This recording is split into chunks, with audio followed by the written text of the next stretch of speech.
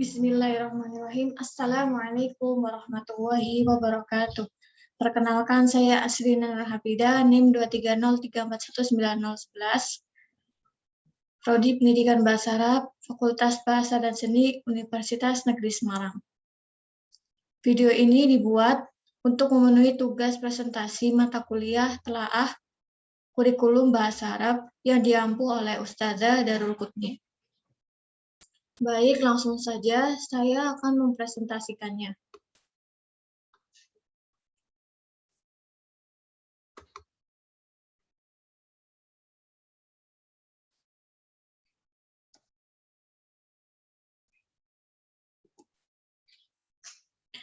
Pengertian kurikulum Bahasa Arab. Pendahuluan, kurikulum mempunyai kedudukan sentral dalam sebuah proses pendidikan. Begitu juga dalam pembelajaran bahasa Arab. Kurikulum merupakan hal yang sangat penting sebagai pedoman kegiatan pembelajaran bahasa Arab untuk mencapai tujuan yang diharapkan. Kurikulum merupakan seperangkat rencana dan pengetahuan mengenai tujuan, isi, dan bahan pelajaran, serta cara yang digunakan sebagai pedoman penyelenggaraan kegiatan pembelajaran untuk mencapai tujuan pendidikan tertentu. Selain itu, kurikulum juga memiliki peran yang sangat penting dalam pendidikan, sebab berkaitan dengan penentuan arah, isi, dan proses pendidikan yang dapat mengarahkan pada macam dan kualifikasi lulusan suatu lembaga pendidikan. Kurikulum pembelajaran bahasa Arab pada kurikulum 2004 sampai dengan 2013 disusun atas dasar pendekatan komunikatif bahasa Arab di madrasah atau sekolah, dan dipersiapkan untuk mencapai kompetensi dasar berbahasa yang mencakup 4 keterampilan berbahasa yang diajarkan secara integral, yaitu keterampilan mendengar, berbicara, membaca, dan menulis. Slide selanjutnya, pengertian kurikulum. Istilah kurikulum berasal dari bahasa Arab yakni kurikule, artinya jarak yang harus ditempuh oleh seorang pelari. Pada waktu itu, pengertian kurikulum ialah jangka waktu pendidikan yang harus ditempuh oleh siswa yang bertujuan untuk memperoleh ijazah. Dalam hal ini, ijazah pada hakikatnya merupakan suatu bukti bahwa siswa telah menempuh kurikulum yang berupa rencana pelajaran. Sebagaimana halnya seorang pelari yang telah menempuh suatu jarak di antara satu tempat ke tempat lainnya dan akhirnya mencapai finish. Kurikulum adalah program pendidikan yang disediakan oleh lembaga pendidikan bagi siswa. Berdasarkan program pendidikan tersebut, siswa melakukan berbagai kegiatan belajar, sehingga mendorong perkembangan dan pertumbuhannya sesuai dengan tujuan pendidikan yang telah ditetapkan. Berikut ini pengertian kurikulum menurut para ahli. Yang pertama, menurut Dakir, kurikulum adalah suatu program pendidikan yang berisikan berbagai bahan ajar dan pengalaman belajar yang diprogramkan, direncanakan, dan dirancangkan secara sistematik atas dasar norma-norma yang berlaku yang dijadikan pedoman dalam proses pembelajaran bagi tenaga kependidikan dan peserta didik untuk mencapai tujuan pendidikan. Yang kedua, menurut William B. Regan dalam bukunya Modern Elementary Curriculum mengatakan bahwa kurikulum adalah all the experience of children for which the school attends responsibility, semua pengalaman anak di bawah tanggung jawab sekolah. Dan yang ketiga, menurut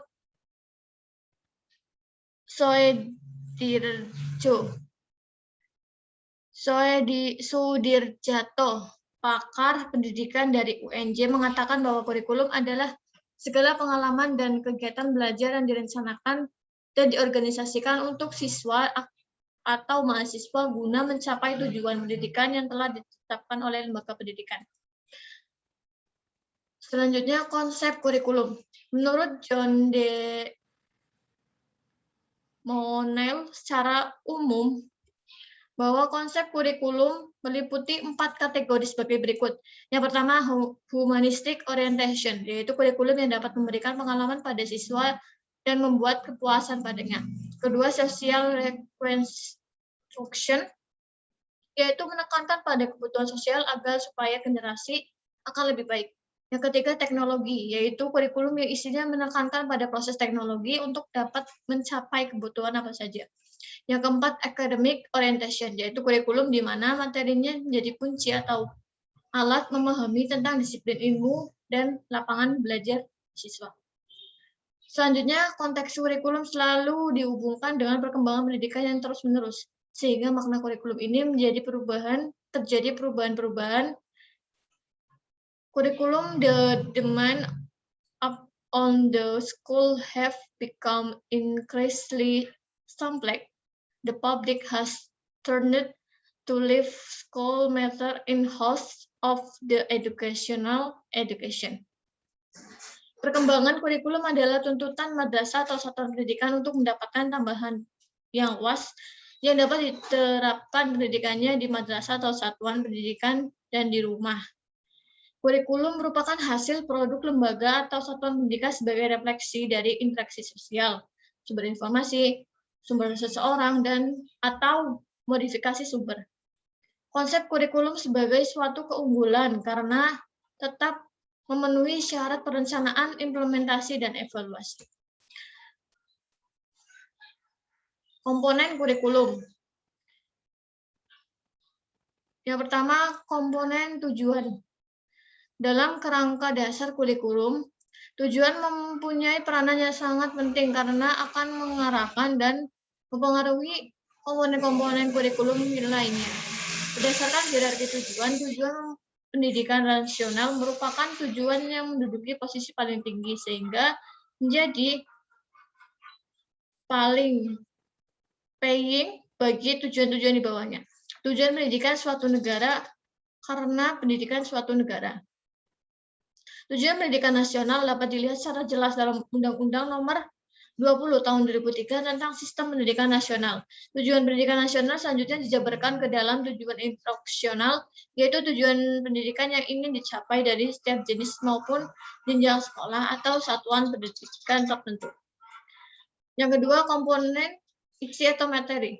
Komponen materi adalah komponen yang didesain untuk mencapai komponen tujuan.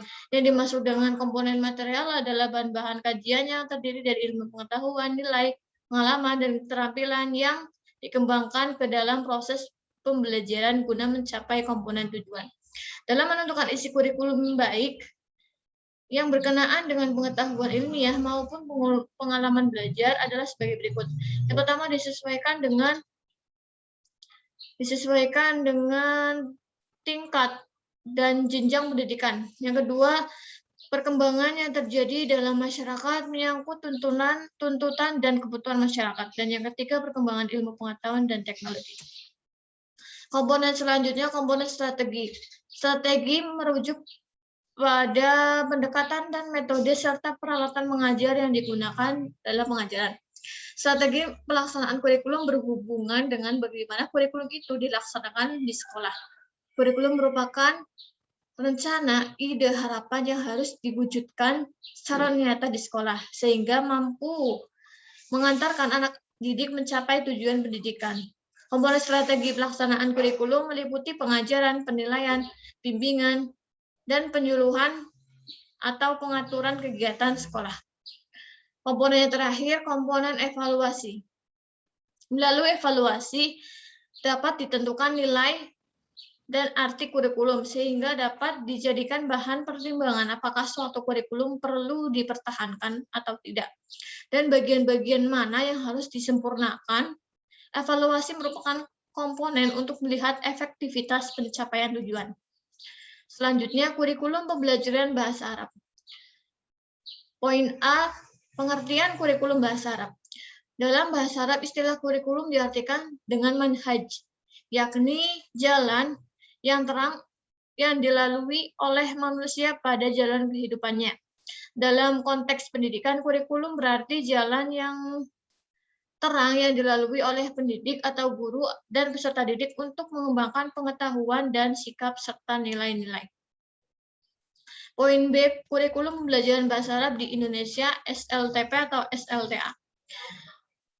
Bahasa Arab sudah diajarkan di Indonesia sejak Islam tersebar ke bumi Nusantara ini, yaitu kira-kira abad ke-13 Masehi. Dan tampaknya tujuan pembelajaran bahasa Arab pada zaman sekarang sudah banyak mengalami perkembangan. Hal ini terbukti dengan pembelajaran bahasa Arab di Indonesia sudah dimulai dari pendidikan anak usia dini atau TK sampai perguruan tinggi.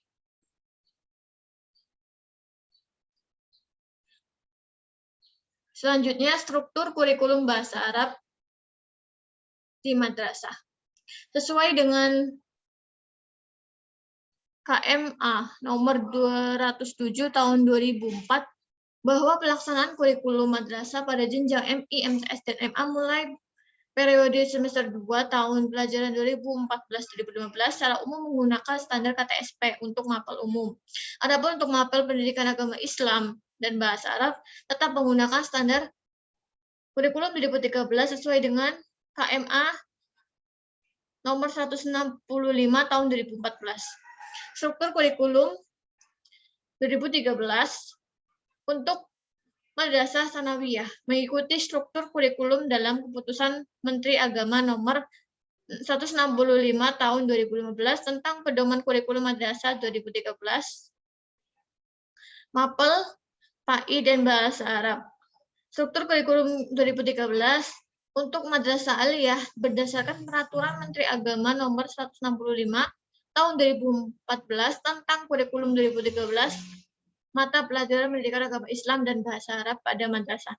Struktur kurikulum ini berlaku bagi Madrasah Aliyah yang menyelenggarakan kurikulum 2013. Slide selanjutnya, kesimpulan. Kesimpulannya dari PPT yang saya jabarkan adalah kurikulum adalah seperangkat rencana dan pengaturan mengenai isi dan bahan pelajaran serta cara yang digunakan sebagai pedoman penyelenggaraan kegiatan belajar mengajar. Konsep kurikulum ini meliputi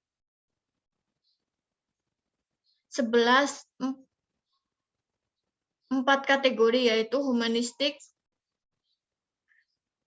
Konsep kurikulum ini meliputi 4 kategori, yaitu humanistic orientation, social reconstruction, teknologi, dan academic orientation. Selanjutnya ada komponen kurikulum yang meliputi komponen tujuan, komponen isi atau materi, komponen strategi, dan komponen evaluasi. Dan yang terakhir untuk struktur kurikulum pendidikan agama Islam dan bahasa Arab di madrasah, yaitu sesuai dengan KMA nomor 207 tahun 2014 bahwa pelaksanaan kurikulum madrasah pada jenjang MI, MTS, dan MA mulai pada semester 2 tahun pelajaran 2014-2015 secara umum menggunakan standar KTSP untuk mapel umum. Adapun untuk mapel pendidikan agama Islam dan bahasa Arab tetap menggunakan standar kurikulum 2013 sesuai dengan KMA nomor 165 tahun 2014. Hakikatnya, kurikulum pendidikan agama Islam dan bangsa Arab dan bahasa Arab di Madrasah Aliyah telah disesuaikan dengan landasan dalam pengembangan kurikulum. Akan tetapi, segala sesuatu buatan manusia tidak ada yang sesempurna buatan Tuhan.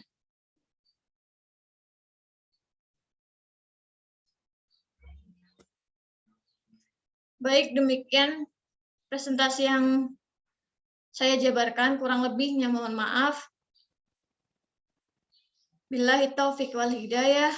Wassalamualaikum warahmatullahi wabarakatuh.